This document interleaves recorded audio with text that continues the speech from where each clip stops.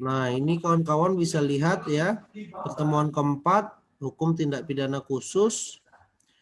Pertama, tindak pidana Mayantara. Di sini definisinya, perkembangan regulasinya secara nasional, perkembangan regulasi secara internasional, kemudian pengaturan yurisdiksi tindak pidana cyber ya. Nah, kemudian kita lihat di sini ada definisi dan ruang lingkup tindak pidana Mayantara ya. Dasar hukumnya ada dalam Undang-Undang Nomor 11 Tahun 2008. Nah, sekarang ini sudah berubah menjadi Undang-Undang Nomor 19 Tahun 2016 tentang informasi dan transaksi elektronik ya. Nah, jadi memang ITE itu adalah hukum yang mengatur terkait dengan informasi dan transaksi elektronik. Nah, pada dasarnya semua kejahatan-kejahatan yang ada tapi menggunakan media elektronik ya. Nah, definisi Mayantara itu sebenarnya adalah cyber itu sendiri. Nah, ada cyber law dan ada cyber space. Nah, cyber law itu adalah aturan hukum yang terkait dengan hukum cyber. Sedangkan cyber space itu sendiri adalah ruang cyber itu sendiri ya. Ruang cyber itu sendiri atau dikatakan sebagai media online ya. Nah, ini ruang cyber. Kemudian dikatakan Majid ya, sebenarnya tidak ada definisi pidana Mayantara yang konsisten. Bahkan di antara aparat penegak hukum itu banyak yang berusaha menangani masalah tersebut.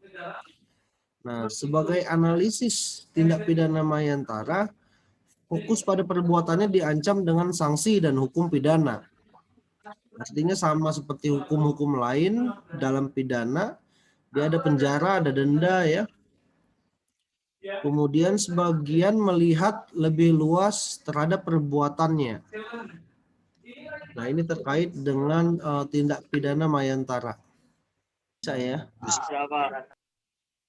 Nah, kemudian perkembangan regulasi nasional tindak pidana Mayantara ini dari tahun 90 ya. Teknologi komputer di Indonesia meningkat. Di tahun 2000 ada aktivitas cyberspace, ada rancangan undang-undang untuk ITE. Kemudian di 2003 oleh Kementerian Kominfo diatur juga di dalam RUU-nya. Kemudian di tahun 2005 juga diatur sampai 25 Maret 2008 akhirnya ITE itu disahkan ya dalam undang-undang berlaku tanggal 21 April 2008. Undang-Undang 11 tahun 2008. Tujuannya untuk memberikan kepastian hukum bagi masyarakat yang melakukan transaksi secara elektronik, mendorong pertumbuhan ekonomi, mencegah terjadinya kejahatan secara teknologi informasi dan komunikasi. Nah, kemudian perkembangan regulasi nasional tindak pidana Mayantara ini juga dilihat dari 13 bab ya di dalamnya. Ada 54 pasal, ada perbuatan yang dilarang di pasal 27 sampai pasal 37 dan sanksi pidananya ada di pasal 45 dan sampai 52. Kemudian perkembangan regulasi tindak pidana Mayantara ini ya tidak dikatakan tidak sama dengan Konvensi Dewan Eropa tentang cybercrime. Karena draft RUU tindak pidana teknologi informasi ini sebenarnya memang kita buat sendiri dalam hukum pidana Indonesia dan sesuai dengan nilai-nilai yang hidup di bangsa Indonesia itu sendiri. Nah, ada 5 jenis tindak pidana menurut ITE. Ada penipuan di dalamnya ya. Ada pelanggaran hak cipta, ada proses untuk menghambat peradilan, ada pembantuan, ada juga pelanggaran terhadap penyelenggara sistem. Nah, kemudian ada perkembangan regulasi nasional tindak pidana mayantara.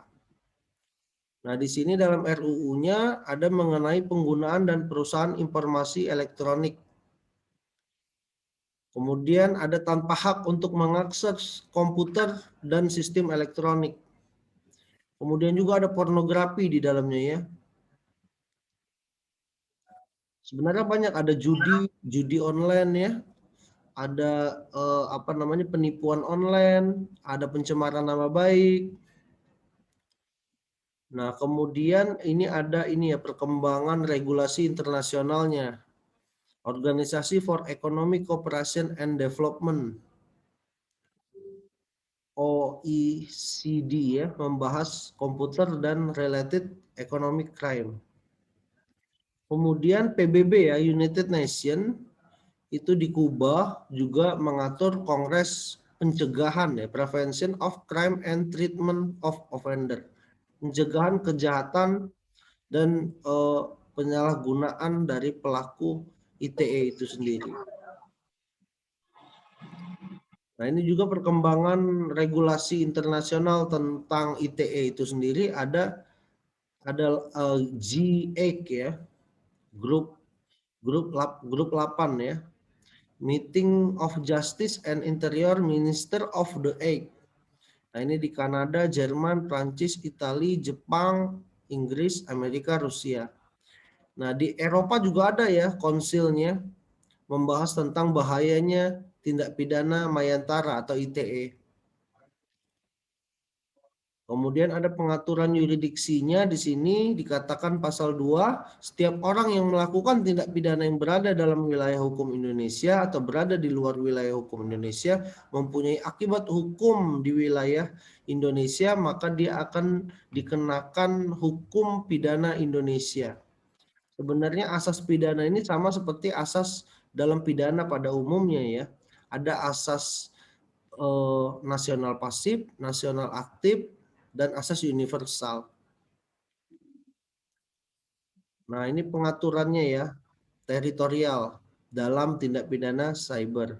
Dia menyangkut dalam wilayah hukum Indonesia, kemudian prinsip teritorial secara objektif, kemudian juga dia bisa di luar wilayah hukum Indonesia, tapi akibatnya di Indonesia ya, seperti menyadap informasi di Indonesia.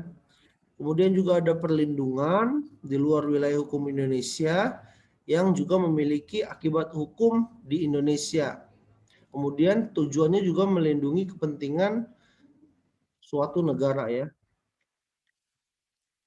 Nah, dapat disimpulkan artinya ITE ini sudah berkembang ya.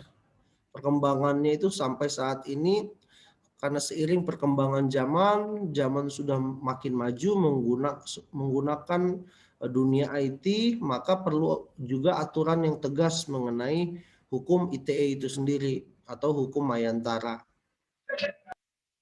Nah, sampai di sini bisa dipahami ya kawan-kawan semua? Bisa, Pak. Bisa, Pak.